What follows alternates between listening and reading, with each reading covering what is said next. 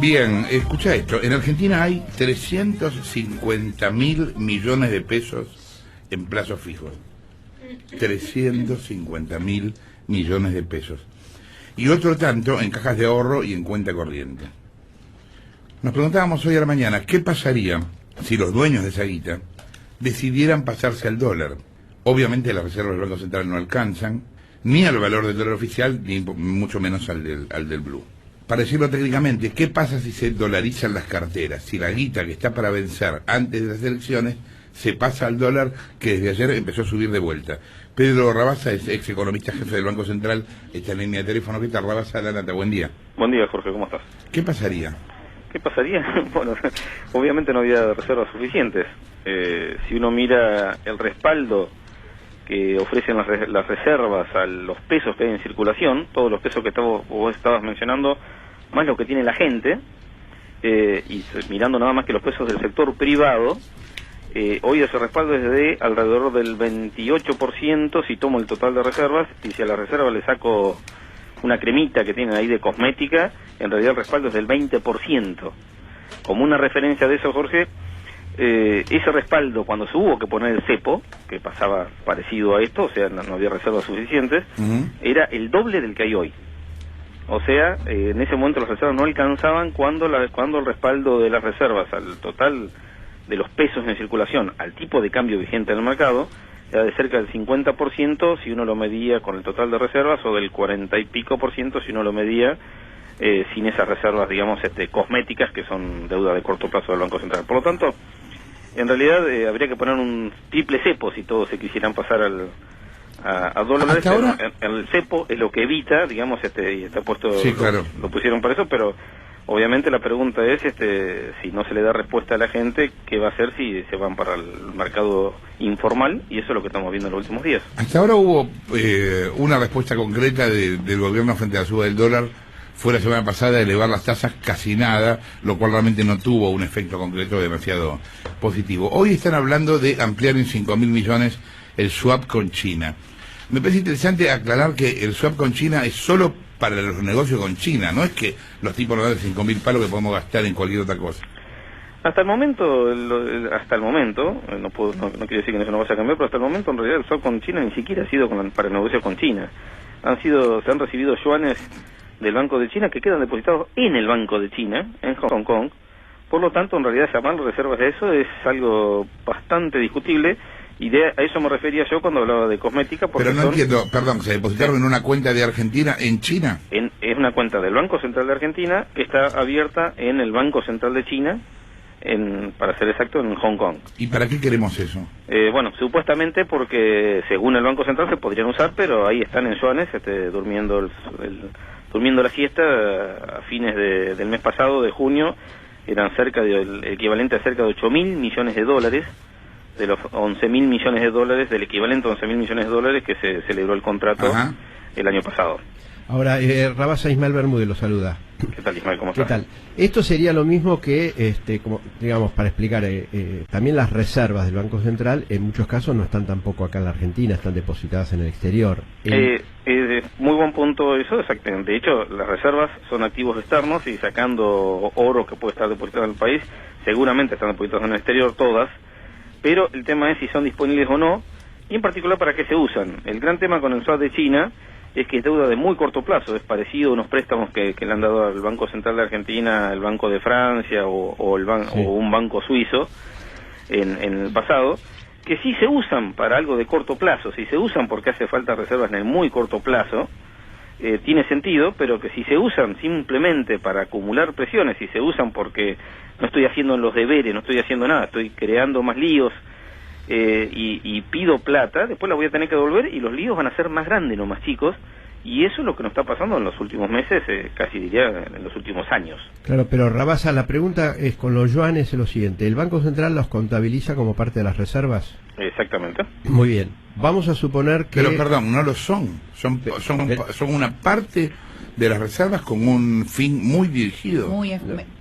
Para inversión china. A ver, digamos, no son de libre disponibilidad, son de disponibilidad condicionada. ¿Está bien? Bueno, nadie conoce exactamente el contrato del swap con China. A esa iba mi pregunta, Rabasa. Sí. El tema es así: Si mañana, por alguna razón, el gobierno argentino pudiera usar eso que tiene contabilizado en las reservas, los yuanes, ¿podría venderlo y transformarlo en dólares en el mercado? Bueno, es una buena pregunta. A ver, vamos desde el principio, digamos. Tener yuanes en las reservas no es el único país del mundo que tiene yuanes en las reservas. Brasil también. No, Brasil no, pero ¿No? sí un par de países más latinoamericanos. Perú y Chile, para ser más exactos, han empezado a poner yuanes en las reservas, porque el yuan está ganando participación en el mercado internacional, pero ahí vamos por dos partes. En este swap no se sabe hasta dónde están disponibles y hasta dónde uno podría usar esos dólares, esos yuanes. Supuestamente hay que pedirle, porque el yuan todavía no es una reserva de completa libre disponibilidad, por eso son pocos los bancos centrales que la tienen. Supuestamente para transformar en dólares habría que pedir algún tipo de permiso o acuerdo con el Banco Central de China, cosa que se supone que está dentro del acuerdo que se celebró. Ajá. Pero es que el que nadie conoce. Pero habría que vender esos yuanes para transformarlo en dólares para poder usar después esos dólares para pagar alguna deuda o pagar alguna importación. O como dice el Banco Central de Argentina, cuando se ha discutido un poco el tema digamos, de la dependencia de ese swap con China, el Banco Central de Argentina lo que dice, bueno, eventualmente puede usarlas para pagar importaciones de China, y por lo tanto, en lugar de usar dólares, uso yuanes, y por lo tanto, eso justificaría que sean parte de las reservas. Está bien, ahí está claro porque le pagaríamos con yuanes a China y ahí no habría ningún tipo de problema, y en lugar de pagarle con dólares, con lo cual se podría usar los dólares para otra cosa. Exactamente, pero la realidad es que los yuanes se han ido recibiendo y han quedado todos ahí, con lo cual no se están usando para pagar las importaciones de China. Con lo cual, en realidad, todos tenemos dudas respecto a cómo es el contrato. Y además, más allá de esta discusión, que es extremadamente importante, insisto en algo mucho más categórico en lo que tiene que ver con el tema de los swaps.